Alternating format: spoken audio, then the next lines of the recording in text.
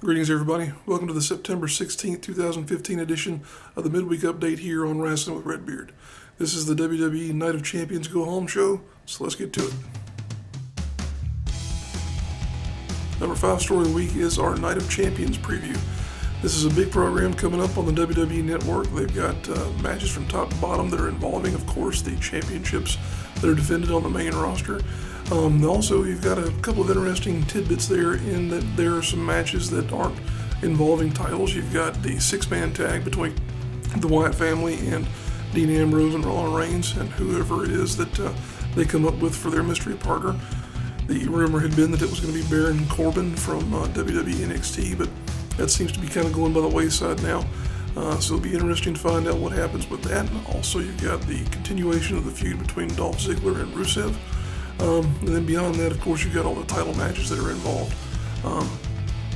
The big one that I'm interested in seeing how it plays out is, of course, Sting versus Seth Rollins for the WWE World Heavyweight Championship. That is a title that, of course, Sting has never won before. It's one of the few world titles he's never held. A lot of speculation as to whether or not this will be an opportunity for him to get that belt and then have it immediately taken from him by Sheamus. The stipulation there, of course, being that he would come in, cash in the Money in the Bank briefcase, and sort of play spoiler to the entire thing. I think that that's a possibility. I don't think it's actually going to happen because I really don't think Sting's going to win the belt. It would be great if he did, but I just don't see it happening. Regardless, this does look like it's going to be a lot of fun to watch on paper. There's a lot of good matches involved here. Could be a real sleeper in the preview show there as well because there's a 6-man tag involving the Lucha Dragons and Neville taking on the Cosmic Wasteland team of the Ascension and Stardust. So be sure you tune in early for that one. But yeah, definitely looking forward to Night of Champions this year. Number 4 story of the week is the announcement that the WWE NXT Women's title will be the main event match for the next TakeOver event. This is coming up next month in October. This will be an Iron Woman match on top of everything else. So it's a 30-minute time limit match to where whoever achieves the most pinfalls or submissions wins. This, of course, will be between Bayley, the current NXT Women's Champion, and Sasha Banks. Sasha, of course, is coming off of a match here that was held Monday night against Paige. She looked to have taken a pretty nasty spill that particular match there as well. She's done some bumps here recently that have kind of been putting people on edge because she's either looking like she's been taking some concussions or she's definitely giving people the impression that she is anyway. Be that as it may, the match that they've got coming up will definitely be a barn burner. As I mentioned, it's going to be an Iron Woman match with 30-minute time limit rules. These two will probably be turned loose and just let go in terms of what they can put together with this particular match. It should be a lot of fun to watch. Their match at the previous NXT TakeOver event was a real treat. If you're a fan of wrestling, period, not just women's wrestling, and you haven't seen that, you really should go out of your way because it's worth checking out. So this is a big announcement, though. The fact that they're going to be main eventing the program. I don't know if this has ever happened before with a WWE event where they've had a women's match be the main event. Somebody who's more historically inclined than I am can go look that up, but still, it's going to be a big show. There'll be a lot of other matches that are on that show that will be sure to garner some attention, but the fact that they're putting those two ladies up there in the main event really says something about the Divas Revolution and where it's going, at least as it relates to the NXT brand. Not so sure about where it's going on the main roster. Yeah, that dusty finish.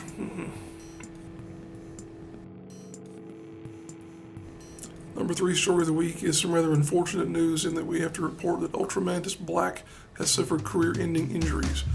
If you're not familiar with Ultra Mantis, he is a character who was involved with Chikara pretty much since the start of that promotion. He has been a member of their roster, as I mentioned, for almost 14 years, pretty much since the beginning of that company.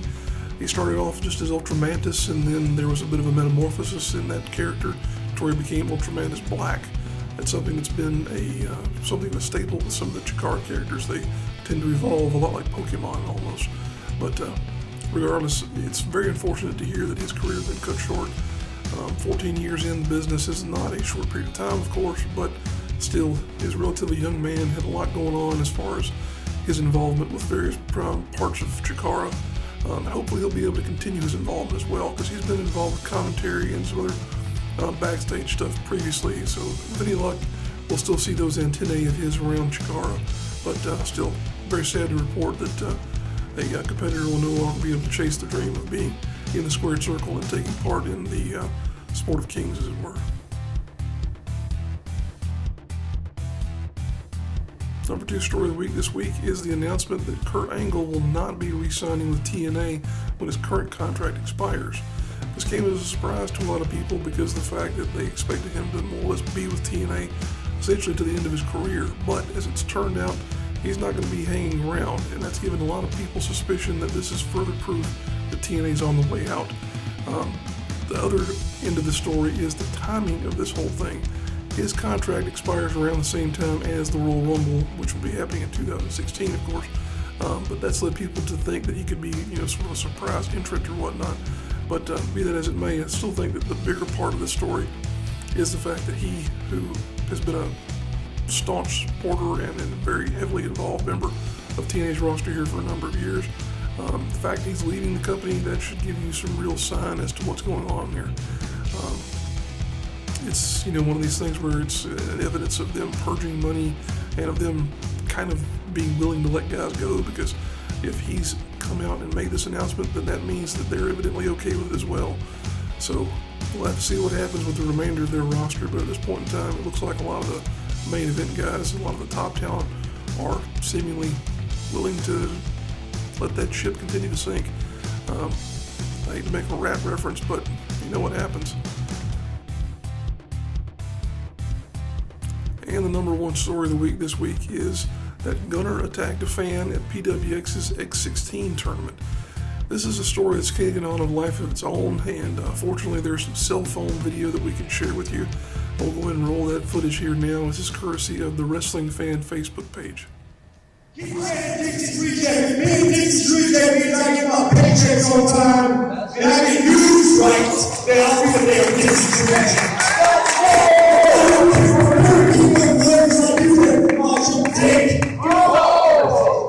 You suck! You suck! Boy, you're bad!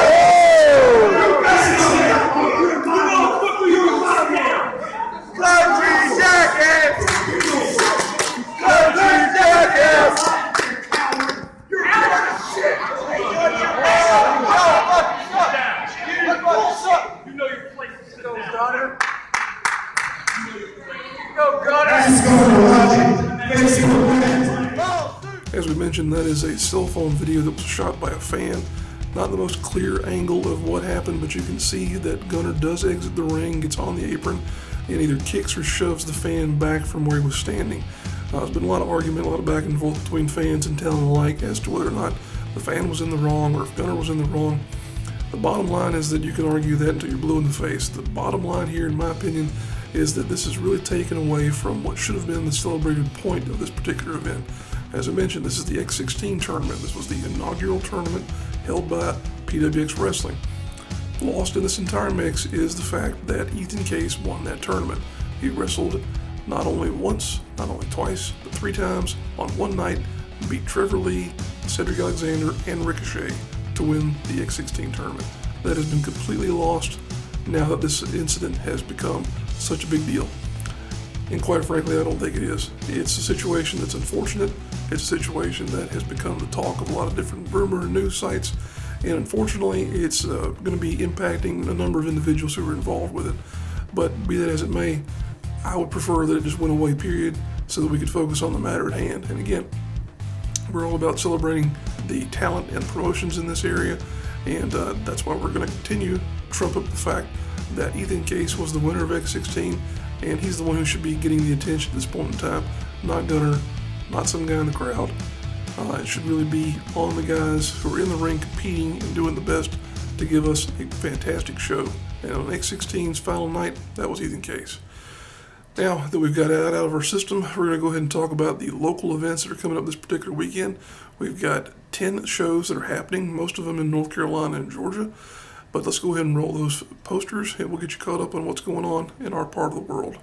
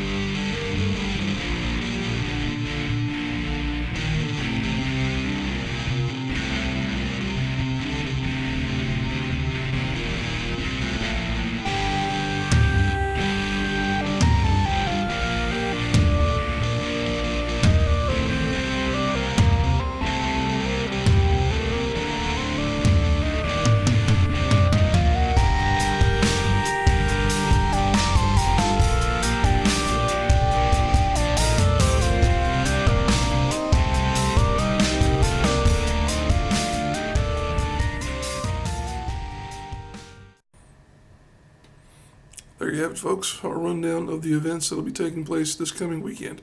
If you're a wrestler, a promoter, or in some way involved with a wrestling promotion, and you didn't see your poster in that particular segment, guess what? It's because we didn't know about it.